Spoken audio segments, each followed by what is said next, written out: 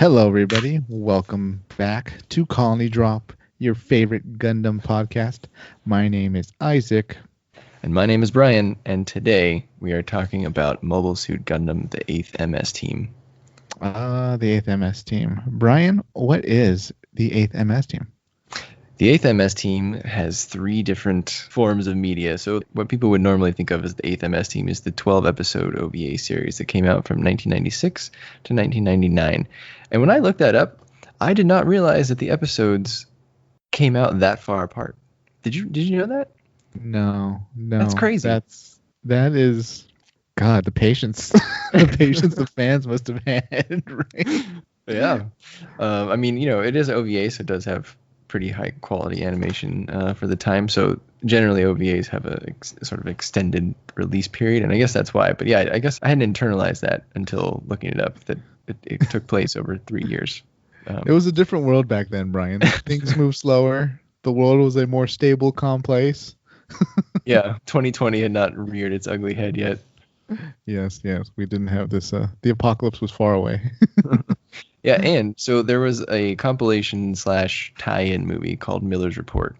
That came out in 1998, which is in the middle of the OVA release period. I didn't know that either until going back and looking at it, so that's interesting. Yeah, that's weird. Yeah, and then finally, the latest thing to come out for 8th MS Team was a short film. It's about 10 minutes long, I think. It's called Battle in 3 Dimensions, and that came out in 2013. That was part of the Blu-ray box set for 8th MS Team. Aren't all battles in 3 dimensions? Maybe this one was that's a science joke for all you scientists out there. What if you do battle in like Pong or something? Oh, there you go. Yeah. 8-bit Gundam, right? Give our listeners a brief synopsis of what you think this show is about, Isaac. For those of you who aren't familiar, the 8th MS team is a Gundam side story. It might be the definition of a good Gundam side story, right? Because we have a team of mobile suits on a mission, all right? They're in the jungles they're in Earth, all right? We're not in the colonies or space for once.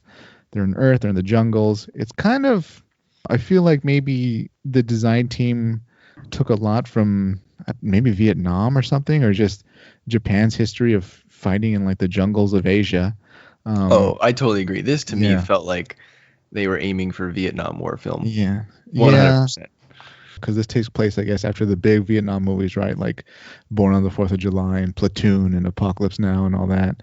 So maybe the whole production team watched them and was inspired. Like, hey, what if we had Gundams? But it was like the Vietnam War, the jungle warfare, guerrilla warfare. And that's pretty much what this is. This might be the only instance in Gundam where we see, guerrillas fighting during the 1 year war, I think. At least with this effectiveness. Yeah, I agree. And I think that leads us right into the plot. Mm-hmm. So, what are your thoughts on the plot? I mean, like you said, this really felt like a war film, a Vietnam War film to me. Uh-huh. And I loved that it was so focused. We were more concerned with this one team and just their mission, and that mission proceeded on a very brisk pace throughout the show. All the episodes felt short to me, and that's generally a good thing, which means I wasn't really bored at any time while watching it. So I really enjoyed that like sort of steady through line of we must find the Obsolus. And I'll let you tell our listeners what the Obsolus is, because I know you're a big Obsolus fan. Oh, the Obsolus. All right. So the main sort of looming threat throughout the whole series is something called Obsolus. It's a mobile armor, and I'm sure a lot of fans that maybe didn't see the show haven't seen it yet might roll their eyes like, oh god, another mobile armor, really? It's gonna fly around, shoot some sparklers, and then a Gundam's gonna slap it out of the sky. Hang on. This is like the pinnacle of 1 year war mobile armor technology, I think, because it was designed to destroy Jabrow in 2 shots, pretty much, possibly 1. There's this great episode, I think, where Federation officers are like watching a simulation of what the attack would be like if Obsolus gets operational and heads to Jabrow, and it's pretty hellish. Obsolus literally turns Jabrow into like molten magma in seconds. So anything that the Obsolus looks at, it pretty much just melts with its, I don't know, beam cannon or whatever you want to call that thing. That thing was incredible. I loved that thing. The simulation you're talking about, I think, is before. It's the beginning of the 2-part episode finale, I believe.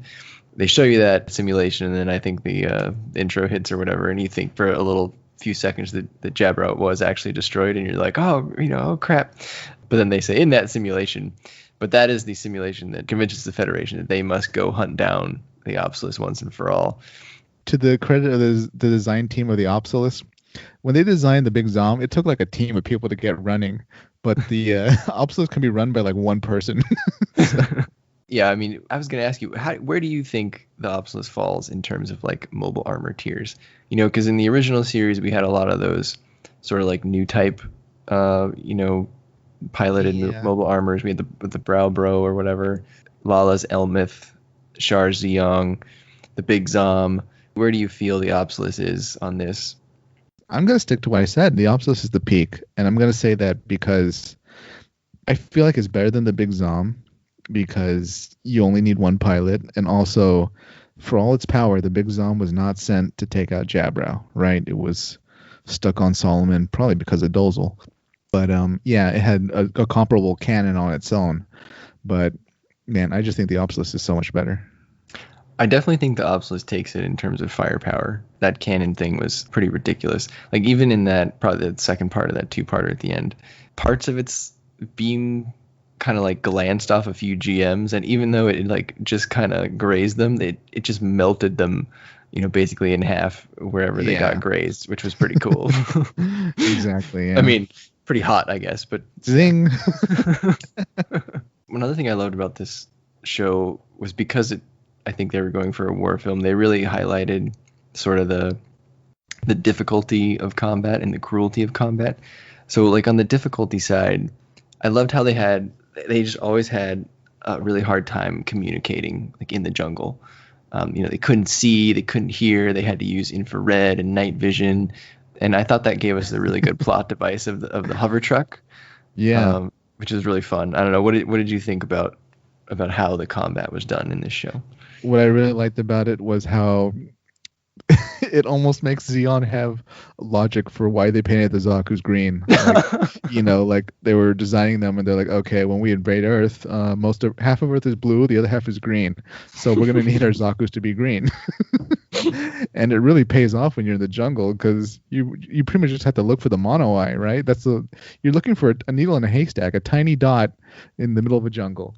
So yeah, that was great, and I liked how close quarters the combat got a lot, and of course the ending was probably the pinnacle of combat. Man, this show had so many good things. It almost feels like a video game, and I mean that in a good way because we have like sub bosses they kind of fight as they're leveling up, right? And as they're working as a team, they're like a party, like in an RPG, and then they finally get to the end, like the main boss and all that. Yeah, I really liked the combat, Brian. It was very well done in a way that we don't normally see. It was less almost jumping around that the Gundam does a lot in the original series. I totally agree. And I felt like there were two types of combat in this show. There was the close quarters in the jungle, like down in the dirt combat, where, like you said, Amuro was taking the original Gundam and he was jumping all the time and doing these fancy maneuvers. Here, the mobile suits are, they're subject to Earth's gravity. They can't quite fly as easily. And sometimes they would kind of just fall over. And I thought that was much more realistic, probably than what we've seen in other series. Yeah. Where like, Shiro, I think Shiro's from space, obviously, the main character, Shiro Mata. And I think it's in episode 2. Yeah, it's got to be 2. It's when he's down on Earth already. And he's all gung-ho about chasing down the Zaku. And so he goes after the Zaku in the dark. I guess he's not really been on Earth before, and that's not a good idea in the jungle because one, it's dark, and so he turns on his light, which is a terrible idea because now the enemies can see where he is because he has the light on, and then he's like rushing forward in his enormous Gundam, and he trips on like a bog or like some trees, and he falls over, and he takes a lot of machine gun fire. So I just felt like a much more realistic war scenario. Yeah, as realistic as you can get with giant robots and hover tanks. And Are you saying that hover tank isn't real? I'm saying who knows what goes on at Area 51, but I'm going to say the public has not seen live hover tanks yet. So I thought that was the close quarters combat, but then I felt like anytime the Obsolus was involved, they went full on big set piece like action scene, and it was great every time the Obsolus showed up. You had when they try to take out the Obsolus in that like desert valley-ish kind of area where they wait for it for days. That was great. Shiro flies onto the Obsolus to try to stop it when he realizes that Aina's the pilot, and it flies away with him on it. And then a lot of the action takes place when they're still in the air. Like Shiro was fearless. He opened his cockpit while his Gundam was hanging on to the Obsolus in, thousands of feet up in the air, just hovering, mid-flight. That was crazy. And during that fight, like they knew the Obsolus was there because it melted like a big portion of the mountainside or the valley side, and you could see the glass. I thought that was a really cool way to show it. Yeah. I like how they got a little scientific. They're like, well, this is natural, it's glass, so clearly something fired here and some type of beam weapon. This isn't, made by a shell or anything like that. They pieced together the mystery of the Obsolus. Yeah, I really like that about the show. Yeah, some other good action scenes were, do you remember when the 8th team parachuted out? I think so, yeah. Minovsky particles are really on display there because the 8th team parachuted out of this transport, and when they cleared the clouds, they were right on top of a Gao. Do you remember that? And then all hell broke loose. The Gao started shooting at them, right? It did, but then Shiro landed on it and stuck his like gun into it and told him, don't shoot anymore or I will I'll kill us both. Yeah, pretty much. And then I think that two-parter towards the end of the show, I think that's definitely in the top 10 episodes of Gundam for sure across all series. Given the circumstance, given how they choreographed those fights and everything that happened, do you really enjoy that two-parter as well? You're talking about the fight with the final fight, I should say, with Norris Packard. Yeah, the fight with Norris is in part 1, I think, right? And then the Obsolus is in part 2. And we talked about the fight with Norris in quite detail in our top 5 Mobile Suit episode, so definitely check that out if you want to hear more about it. But I thought that was a great fight because it had a clear story that the audience could follow. It wasn't just people randomly shooting each other because they're at war. Like there was a goal for the Zeon pilot.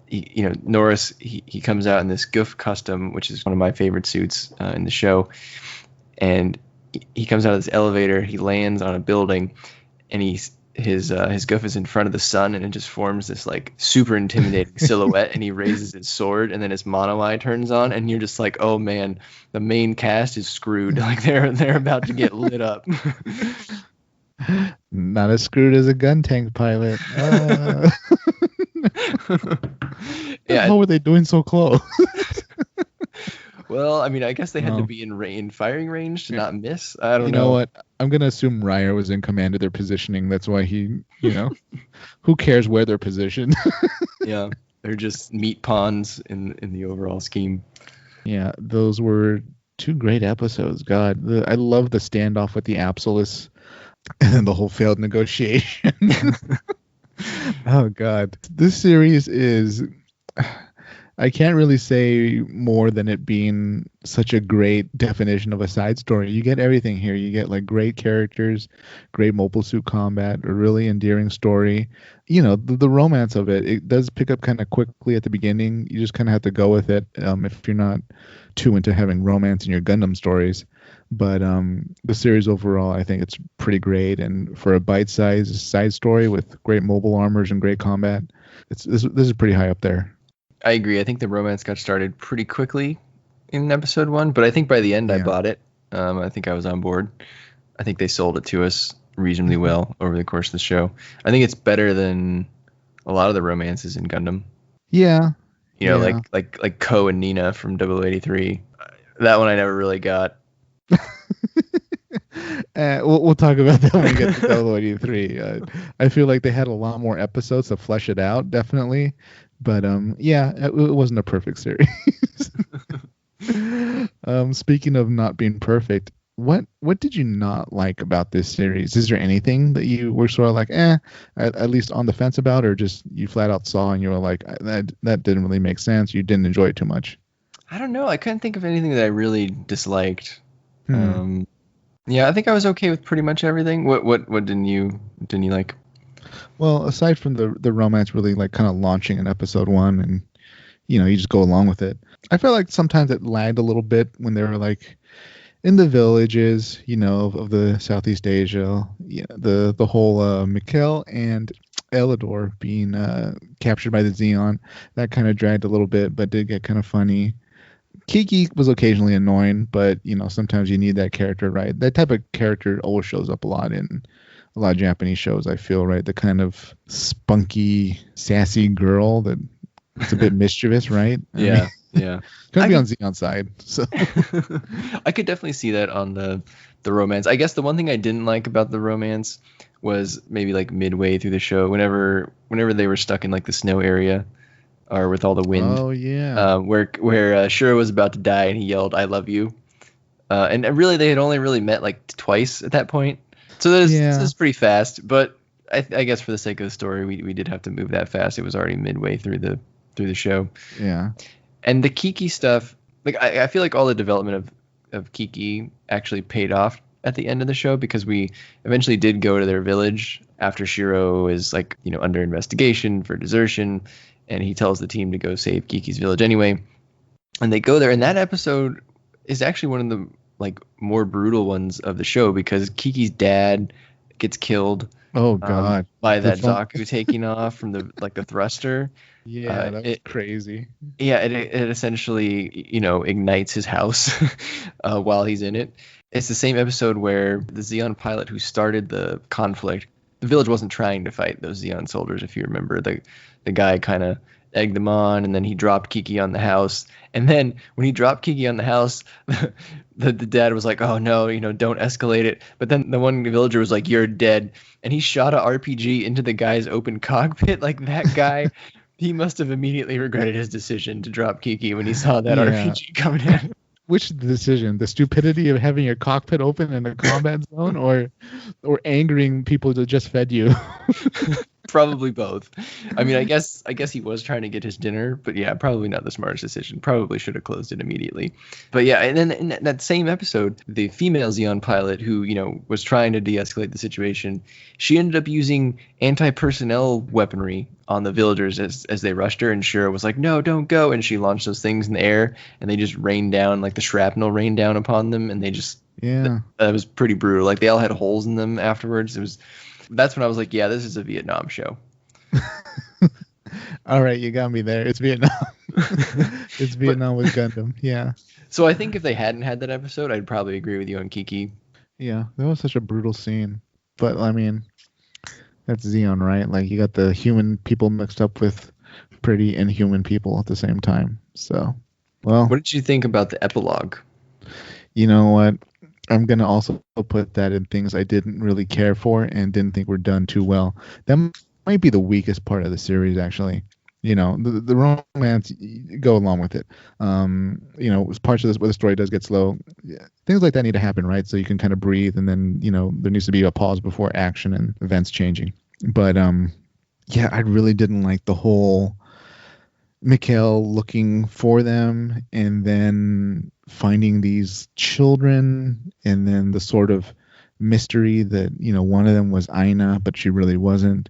I wouldn't say I felt shoehorned, but it just felt like such a bizarre thing to add to it. Maybe I'm understanding or I'm misunderstanding what the intention was. I'm not really sure why they wanted to shoehorn that in, when I almost felt like seeing Shiro and Aina would have been so much better. You could do a whole episode of just them reuniting with, Mikhail or maybe some other characters and just talking things over now that the war's over. Yeah, I definitely understand anyone who has that opinion. I actually enjoyed the epilogue, but I feel like that's because I definitely viewed it as an epilogue. Like, if you go into that episode thinking you're going to get something better than the two-parter that you just watched, you're definitely going to be disappointed. I mean, I thought there were a lot of good subtle callbacks to the original series in this show, and I would put the epilogue on that list. In the beginning, you had the Garen speech in the background while Guineas was talking to someone. And Guineas has an embarrassingly large picture of Degwin behind him at one point. We had Excuse me, Brian. There's no such thing as a picture of Dagon that's too large. All right. well, it was very large, but it still did not capture his entire massive frame in the picture. Yeah, there is not a tapestry large enough to to do that. We had the gassing in the colony scene. We got to see gun parries and Medea's, Kamusai, and then in the epilogue we got to hear about the Flanagan Institute. Where they developed the kids into the cyber new types. So that's what these kids essentially were. They were being experimented on by Zeon. So I definitely think it was odd. It certainly wasn't what I was expecting, but for what it was, I enjoyed it. But I would respect anyone's opinion who said it felt like maybe it didn't belong. It definitely was a little bit out there. Yeah, I don't know. Maybe the creators of the show wanted to sort of put a spotlight on, the ramifications of war and how children get left behind from combat, and they're also victims of the war. But just didn't the landing really with that final episode. It gave us characters we hadn't seen before, but at least we saw closure, right? With Aina and Shiro. Yeah. Well, speaking of Aina and Shiro, so why don't we talk about the characters in this show? Let's start with our 8th team, the name of the show. So, who is our commander of the 8th team? The commander is Shiro Amada, Brian. He's Shiro Amada. He's a very young commander, and initially not well liked by his team. Well, I wouldn't say not well liked, but not completely trusted, not fully earning their respect yet, because he's new, he's young, and they're on a new mission. I think his whole character is encapsulated in episode 1 when he says the line, "We can't just stand by and watch our guys get killed." And that's when he requests permission to go use the ball to save Sanders out in space, who's a sitting duck in a damaged GM, kind of being hunted by Aina in a experimental Zaku. And that's kind of what he does throughout the rest of the show. Whenever there's people who need help, he goes and helps them, regardless if it gets him into a terrible situation one after the other. He's very resourceful. He thinks to use those missiles in space as a distress beacon when they don't have anything else. He melts the snow with the beam saber, when they're stuck in the snow, and he's got frostbitten hands. He even attacks mobile suits from the ground in the village. He shoots that rocket at the one Zaku from underneath, hits the Zaku right in the groin. I guess Zakus have weak groins because it knocked over that one. The legs join. And there's no better example of him being resourceful than in the fight with Norris, where he rips his own suit's arm off and then hits Norris with it. That was pretty cool. There's no training for that in Zeon. Yeah, you can't defend against that one. So, overall, I thought Shiro was a really enjoyable main character to have. He was a welcome change of pace from the different Gundam protagonists we've had up to that point. Again, this came out in '96, so there's been a lot of Gundam protagonists after Shiro at this point now. But back then, you would have had Amuro, Camille, Judo. I guess you would have had Bernie and Chris from Double 80, and then Ko Uraki. So I don't know. I really like Shiro compared to all those people. I think he had a attitude that was different enough from everyone else that really makes him stand out. Brian, you're really insightful. You hit the nail on the head, and let me tell you why.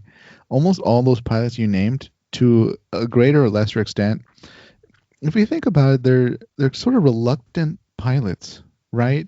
Mm-hmm. They're generally put in situations where a Gundam, well, I guess I'm gonna have to pilot it, or I don't want to pilot it, whatever. Shiro is almost the opposite. He's gung-ho about it, and like you said, he sees people in trouble, he wants to help. He's very different than a lot of the main characters in a lot of Gundams, and I think we know why, right, Brian? That's right. So we get to see his backstory in one of the episodes, and the reason why he, as he said in episode 1, he'll drive the Zeon right off the Earth. He was present in the colony in Island Ifish. I assume it's Island Ifish when it got gassed by Zeon, and he watched people around him die from the, what do you call it, the double G gas? Is that its actual name? The double G? I don't know if they call it double G or just GG gas, but GG gas, yeah. The gas. You know what we're talking about. It's a gas attack. And this one was actually pretty brutal, and I think you brought this up in our Origin episode, Isaac. So in this show, we see a Zaku, like the gasser Zaku, can I call it the gasser Zaku, has the gas gun that shoots like a gas dispersal thing into the colony, and it sort of rains down upon everyone.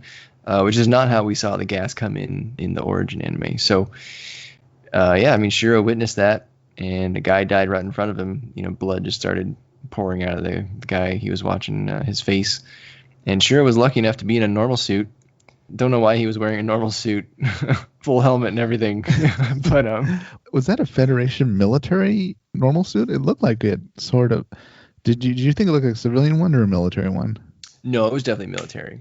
Yeah, okay. It was clear he was in the military then, or at least I took away from it that it was clear that he was in the military at the time. Okay. Yeah, I just assume Shiro went through that traumatic experience. Obviously, he literally watched people.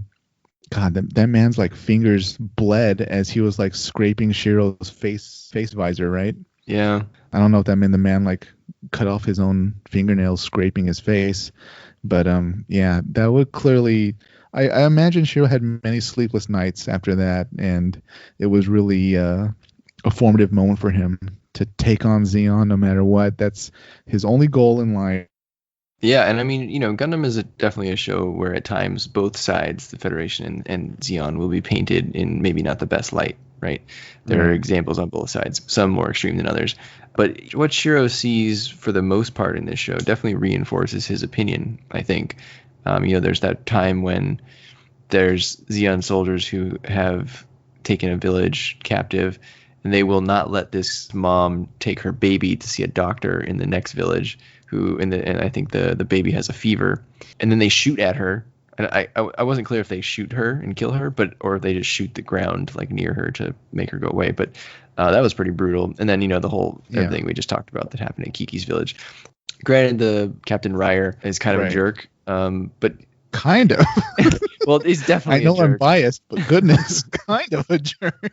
No, I mean he's definitely a jerk, but that's one guy, right? Versus there's a lot of these Zeon people doing bad things, so I don't see Shiro's opinion, turning around anytime soon, other than when he adopts sort of his anti-war stance, right? So there you go. Yeah. Which aligns again with the Vietnam era. Shiro's a great guy. He'd stop me in my tracks the moment I'd start talking about Zeon. Hold on there, Isaac. Yeah, he's like, Isaac, it's like, am I gonna punch you or throw this beer at you? I don't know. Who's next on the 8th team? Next is his love interest. Shiro's love interest is Aina Sahalin. She is a test pilot in the Obsolete program. In the case of Zeon nepotism, which Zeon loves to do, she's actually the sister of the head scientist of the program. So that's why she's the pilot. She meets Shiro in space, though, in the first episode, and that's, to an extent, their love is kind of what kicks off the story. They kind of work together to survive in space after fighting each other and realizing that they'll essentially die if they don't get help. And from there, that single moment they met, they end up going off into different directions, but meeting again and again during this whole Obsolete crisis down in the South Pacific. Ultimately, their love grows, and despite their polar opposites, factions fighting each other during the 1-year war, they fall in love. Ultimately, at the end, I'm glad to say that they get a rare happy ending in Gundam. They do get a happy ending and a child on the way. Yeah, that's right. We've got a little bun in the oven. Yeah, I generally liked Aina. I thought she was fairly good character, even though, like you said, her and Shiro meet up again and again, but we definitely don't see as much of Aina as we do of Shiro. Yeah. So, Aina is inherently not as developed as Shiro is by the end of the show, but I still think she was a pretty good character. She had a very 90s cheesy line in the first episode, when they blew up the ship with the missiles. She goes, "It does look like fireworks," and then they hugged, and I was like, "Yep, this was the 90s for sure." I bet that line killed back then. I'm sure the voice actress was like, "Really? I have to do this?" And like, "Yes." I'm like, "Oh, Shiro." A combat pilot would say this. She had some really good standout moments in the show. It's been a while since I watched the show, so when I rewatched it this time out, and as Shiro sort of kept saving Aina, I was like, I hope we don't get to the end of the show and Shiro saved Aina the whole time, and Aina never really did anything. And she did end up saving Shiro when they were in the snow-ish area. Yeah. So that was really good to see. And then she had that good moment at the end of the series where she stood up to the Federation. She got out of the Obsolus cockpit to prove her offer for the truce. And she has that really good line, "You wanted a fight, well here it is." And Cartoon Network used that on like all of their bumpers for this show. So the voice actress did it. She really nailed that line. I thought that was good. And that was when the Kurgan blew up, and she was going to retaliate. So that's when she earned her place in your list of favorite characters, favorite pilots too. Well, I don't know if she's one of my favorite pilots, but pretty damn great. I mean, she had to go through so much stuff using a prototype. Yeah.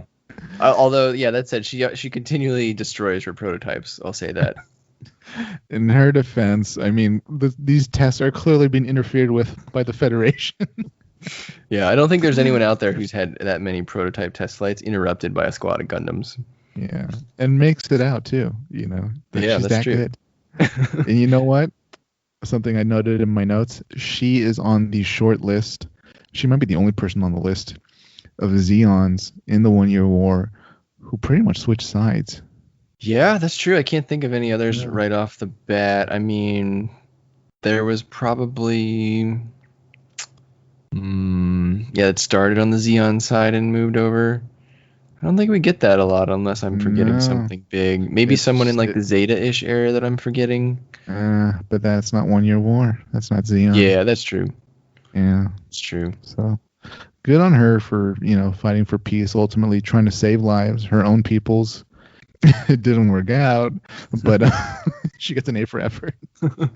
Oh, and do you think Shiro and Aina's romance is definitely, I'll say, consummated in the snow when they take the bath in the warmed up water from Beam Saber? Hot spring. The hot spring in the middle of the snowstorm. Do you think that the writers for the first Fantastic Four movie got their idea from this show? Oh God, I don't know. Probably.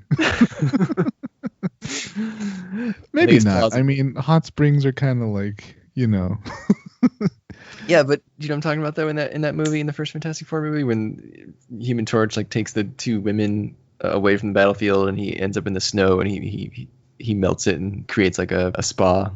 Yeah, I remember it. Okay.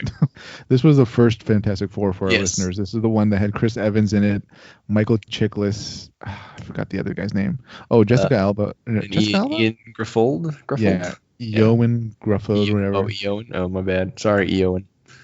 It was a very campy Fantastic Four, so this fits very much in that Fantastic Four. This wasn't dark, gritty Fantastic Four. I assume anyone in production of a comic book show probably is familiar with at least some anime.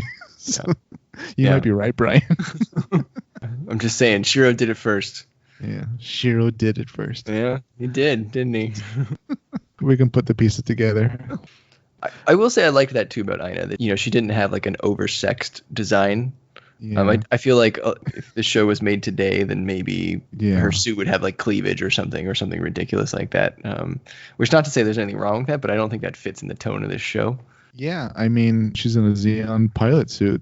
There's not unique proportions. It's not a female suit or anything like that. She's in a Zeon pilot suit, and this came out after 083, and her face and her hair, in a way, they kind of remind me of Nina Purpleton in a way. So I wonder if on some level someone on the design team said she's going to be a response or rebuttal to everything that was wrong with Nina Purpleton. She's just this solid. She's this solid pilot. She stays calm under pressure. She fights for what's right, and she's pretty awesome in terms of characters in the story and also pilots overall. And she rises to the occasion at the end and acknowledges that her brother Guineas Sahaline must die. Oh, speaking of Here Guineas, we go. Get ready, listeners. Speaking of Guineas, what are your thoughts on Guineas?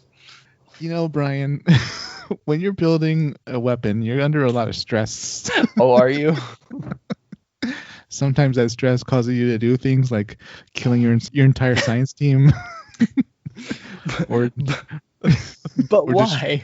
Destroying your own retreating troops. Because their leader was pretty rude to you at a classy party you were hosting. Gideus has got a lot of problems, man. Let me just say. So one thing I didn't realize is when we first meet Gideus, he seems fairly normal, just kind of this noble-looking Zeon dude. He's real tall, got the blonde hair going. But they did mention like, oh, I think Aina says, did you remember to take your medicine? And that's like your first like, uh-oh, this guy needs medicine. Something must be wrong with him. No offense to anyone out there who takes daily medicine. You should definitely take your medicine. But it doesn't come up in the literary sense unless it's really important. So then as the show goes on, Aina goes missing several times. And, he sort of shows less and less concern about Aina's life, his own sister, as she's not found or as Norris is searching for her. And Norris is kind of like, we will find her, sir. And he kind of doesn't really respond. And then, like you said, we find out that he's been given his team of engineers and soldiers some drugs to make them work longer or faster, which I assume is some form of amphetamines or something. Yeah, Aina looked at the bottle, right? But they never really show us what she saw or what it was specifically. But based on her horror, I assume whatever they were being given would not only keep them awake and not allow them to sleep, but, cause some type of horrible disease later on in life or something. And I think they even said like rations were low or something like that, right? So maybe it takes away your need to eat or something. So... Yeah, nothing good was going to come of that for sure. No. And then, but you know what, Brian? Was the weapon completed? I rest my case. The weapon was completed, but why did he kill his team? Don't you want to make more obsoluses? I think if I could put myself into his head, into Admiral Sahalin's head, let me try to piece this together. Maybe he thinks that the base is about to fall and they're going to be captured, right? Because those people weren't going to go on the Zanzibar. I think the Zanzibar is only for Yuri's troops. Oh, that's true. Okay, so, maybe because if I don't get an explanation for this that makes sense, and maybe that's the explanation. This is going on the list of things that I did not like about this show.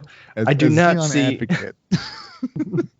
As Zeon advocate, I must say, this might be standard operating procedure, right? These people not only built the weapon, but if they're captured, they might be able to tell the Federation, under torture even, how to take down the Obsolus, how to shoot out of the sky, before it gets to Jabro. So not the type of people you want falling into Federation hands. So he might have been following instructions in the event that, yes, things are completed, kill them. Yeah. Okay. All right. I will accept your Zeon apologist. Also, explanation. I mean, not to say that these people are better off this way, but if Zeon loses the war and these people clearly contributed to the building of a super weapon, I think they might be executed for crimes against humanity, right? That's probably true. So, I mean, if you're going to be executed, you might as well do it drinking champagne. But I must say, yeah, this he's a bit of a nut. He loses it. I feel like if he was calmer at the end, maybe if he took his medication, he would have been able to handle the situation better. But he didn't play it as well as he could have, and managed to get out of there. I don't know if he just zipped it out from there and headed straight to Jabro, I'm not sure the Federation could have stopped him, right? No, I mean, what are they going to send after him? Those like crappy planes? Yeah, some of those jets or bombers they have. I think they're called the Saberfishes. Yeah, those never work out well. They're not going to catch up. The only hope, I guess, would be that a Jim Sniper gets off a shot. But anyways, back to Sahalin.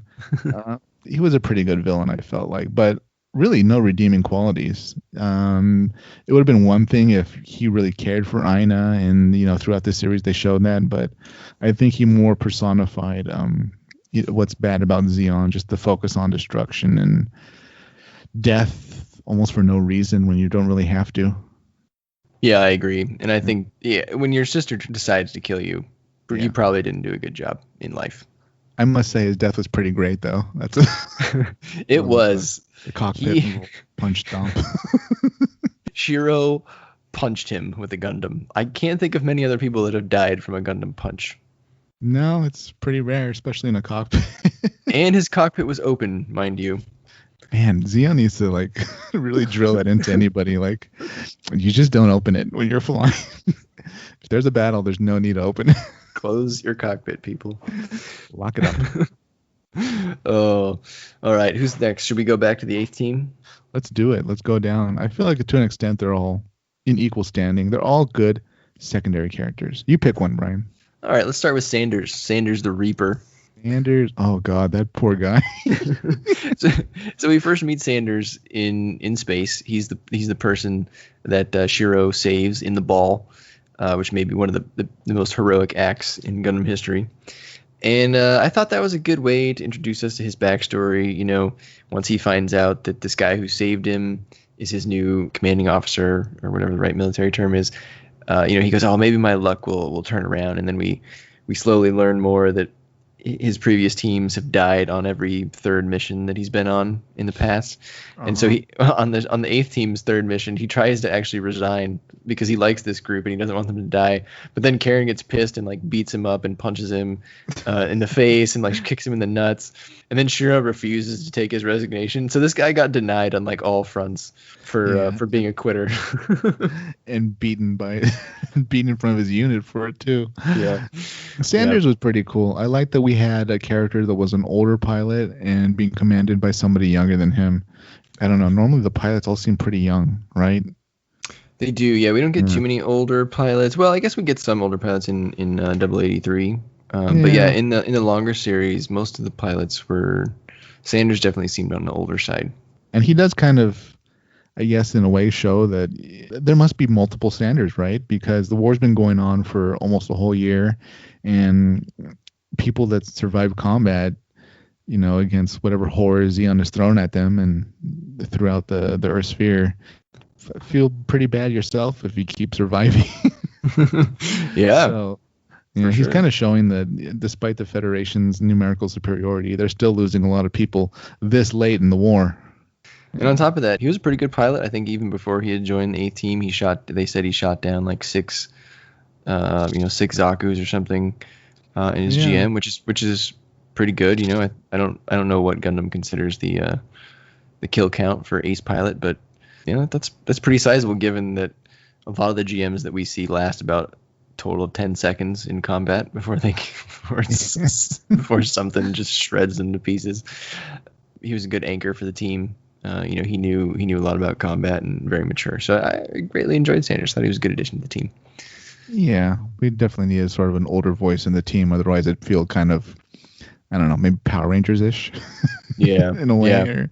Yeah. We can't have everybody in the team being young, you know. Right. Cool guy. Yeah. All right, who's next? Let's do Elidor. Elidor. I think he was one of my favorite people on the team. He's clearly not meant to be a soldier. He really cares about music. And I guess, was he drafted? Is that kind of the shtick with his character? Is that implied? I don't know. I had that same question for Mikkel actually too. I'm not really sure how him and Elidor ended up in this war because they both clearly would prefer not to be there, but they are there, and it doesn't seem like they really have any other choice. So yeah, I assumed that they were either drafted or they were just, they didn't really have any other monetary options, and so they just joined up. Yeah, that makes sense. Yeah, but I really liked Elidor's design too. He clearly dresses like somebody that's taking a very casual approach to military regulations. I imagine if Ryer saw him, like he'd get chewed out or something, right? But, his cut off sleeves and his long hair. His long hair, his bandana. It just doesn't fit. But I really liked how his interest in music or his passion for it really mixed in with what he actually does. So he's in the hover truck, and what was really great about how they tied into how Minovsky particles make a lot of tracking and detection difficult or impossible. So the way to get around that is go through something that Minovsky particles can't really interfere with, and that's sound. So the hover truck would be able to just use vibrations to track where incoming mobile suits are. So his hearing really helped out with that, and I thought that was a really cool tie-in and also a cool way of showing how combat's adapted to the world of, mobile suits and Minovsky particles, Minovsky physics and science. Yeah, and I think he gave us a lot of the funniest moments in the show. So I know you said that you felt that part where him and Mikkel got stuck in the village, and they got captured, and they ended up getting out because they were fighting, which I actually thought was pretty funny. I thought that whole thing was worth it because at the very end of that episode, like you said, he's a musician, and the reason he's so upset at that episode is his song is finally going to get played, or is finally going to get recorded, but he gets captured and he thinks he's going to die before he gets to hear his song. And so at the end of the episode, he gets hurt and they send him away to the hospital or at the rear line or whatever. And then the team is sitting around, and on the radio they hear his song, and the DJ says that the song was requested by Elidor himself. And so the team cracks up because he requested his own damn song so that he could hear it on the radio. Really humanized the team. They really came together at that moment. So yeah, I think him and Mikkel were, like you said, for whatever reason. Okay, the Federation clearly must know that, some people should not be piloting mobile suits. So that's why they stuck the two of them in the hover truck. Right? I mean... Yep. They would probably fall apart piloting a GM. Well, there is that one episode where they make Mikkel pilot the Gundam because he screws up so bad in the hover truck and he's all upset. Speaking of Mikkel, how about Mikkel? Man, when I saw this initially, I thought Mikkel might be too young to be in the military. He's animated to look very young, maybe intentionally. How old do you think Mikkel is? I think I read, but do you know? I don't. What's your guess? Look at it. I would guess he's 18. Mikkel is 18. Yeah, so, it must have been his 18th birthday when he joined, because good Lord, he looks young, or maybe he's just short. I like that he was a complex character. It was more than just, the cowardly member of the team, or, the young man on the team that doesn't know anything. He actually really grows as a character as the series goes on. Yeah, and he becomes an alcoholic at the end when BB dumps him and has someone else's kid. So yeah, that backfired, but I hear that's common in the military, or at least not unheard of. Poor Mikkel. He made me laugh quite a few times, though. In episode 1, he writes this whole letter about how Shiro went out to go get himself killed, and then they can't find Shiro. So then he writes his letter and says that Shiro died. And then Shiro comes back and he goes, "Oh, now I have to rewrite my letter." And then while he was a fun character to have, he was always pretty bad at his job. When he was in the hover truck by himself, he continually failed to pay attention to certain things. He was slow at doing things. He blew up their drone that they were trying to practice on. And while I was watching it, I made a note to myself that said, Mikkel's kind of an idiot or bad at his job. And then a few seconds later, it was while I was watching that episode where they're practicing to hit the Obsolus in the valley. And right after I wrote that down, he complained that they treat me like an idiot, which made me laugh. But yeah, sucks for him that BB dumped him, but yeah, I feel like as a character, he worked a lot well when he was with Elidor. The two of them probably weren't as good characters on their own, but together they made a lot of good scenes, and they were very well done as whoever decided to design their characters and put them in the hover truck together. Yeah, agree. Yeah. They were welcome additions to the team. Speaking of hover truck, I think my favorite thing about the hover truck was that scene in the desert where they use it to hide their footprints. I thought that was really clever. Yeah, it's like the little sweeper truck that just goes behind and yeah, pretty much, yeah. Well, our last 8th MS team member is Karen. Karen was a lot like Aina. She was a very strong female character. She just, she kicked so much ass. Yeah, she was a straight boss. She's not yeah, I can see her piloting her own unit. Why not? Yeah, she definitely deserves it. Yeah, she was just a straight do not mess with me, I will hurt you woman in this military, which based on what we saw is definitely, male dominated. And I think she proved to be a very good pilot throughout the show. She was very capable. She was good at making quick decisions. She had a pretty sad backstory. Her husband died. He was a surgeon. And I thought they revealed that in a good way after Karen helped patch up Elidor. They wondered, oh, good thing Karen knows how to do this. And then I thought that was a good natural way to reveal something like that and gives you a little insight into why she's such a hard ass. Do you remember why he died? Did they say it was Zeon? I can't remember. I think they did say it was in battle, but Zeon's hurting everybody. Yeah, the 8th team is no fan of Zeon for sure. I guess not. They just need to hear him out. They just need to hear Dagwin's speech. Do you think Elidor and Karen ended up together? I hope so.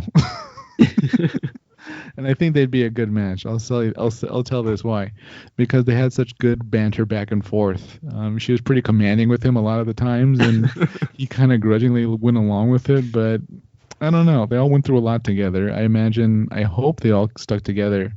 Mikhail's the one we only see at the end, but he says he's kind of bringing word from the rest of them, right? He says he's going to tell them all how he's doing, and he brings well wishes from them. So I'd like to think so, yeah. Hopefully. Yeah, that's the definition of opposites attract. And yeah. Eldor is definitely someone who needs like someone to keep him in line, and I think Karen could do that. So, all right, what do you think about our two Federation brass individuals, Captain Ryer and Lieutenant Colonel Kojima? Ryer was he was everything that was wrong with the Federation, right? He used his influence and his power to make situations worse than they had to be.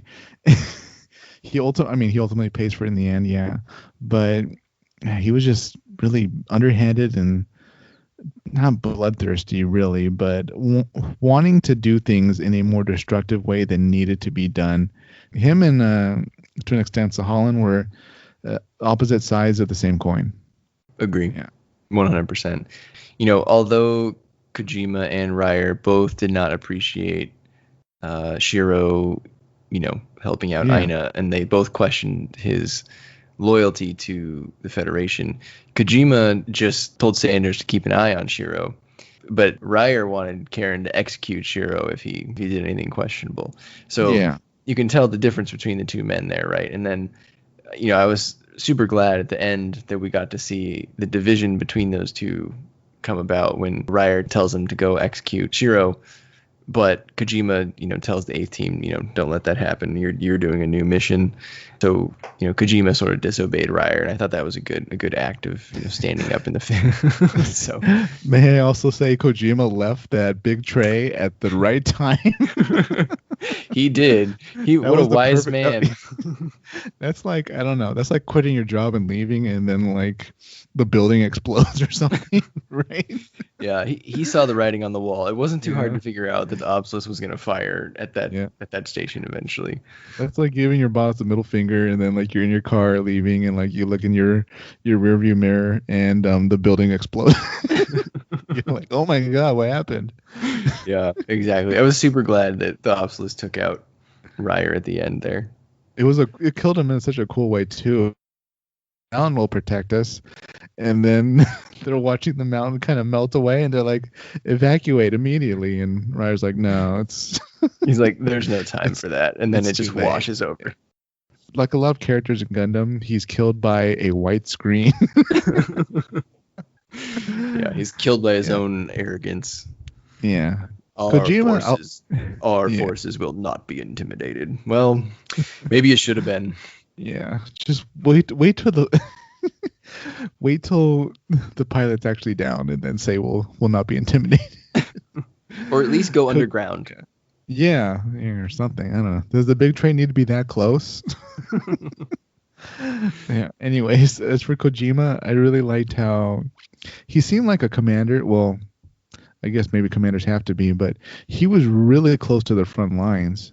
He wasn't really in combat, but it seemed like they really needed to spend maybe just a few hours to get to him and like have a conversation, right? Yeah, he came down there. He like broke up that fight. Yeah, I agree. He definitely never felt like too far away, and I think that was to give us a sense of how he views his men. I think he appreciated their contributions much more than Ryer, right? Where Ryer just looked at them as pawns. I think there's that scene at the end where talking about killing someone, and Ryer goes, "One more dead soldier won't make a difference," and Kojima he takes offense to that. So yeah, I'd want to be commanded by Kojima. Yeah, I totally agree. Yeah, a little grandfatherly though. Like age-wise, I always felt like, oh, Kojima would be in charge, but no, Ryer outranks him. But yeah, Kojima's scenes always felt like he came off as a reasonable authority figure. So I'm not too surprised seeing that in the Federation side. Yep. All right, let's head back to Zeon. And we're going to cut it there for this episode. Next week, we'll conclude our review of the 8th MS team with thoughts on the Zeon characters, including everybody's favorite, Norris Packard, the mecha, and our overall thoughts on the series. Please like, comment, and subscribe. You can find us wherever you get your podcasts, and on Twitter at Colony Dropcast. As always, keep those Minovsky reactors warm, and have a good week, everybody. Eleanor! Eleanor, speak to me! Eleanor!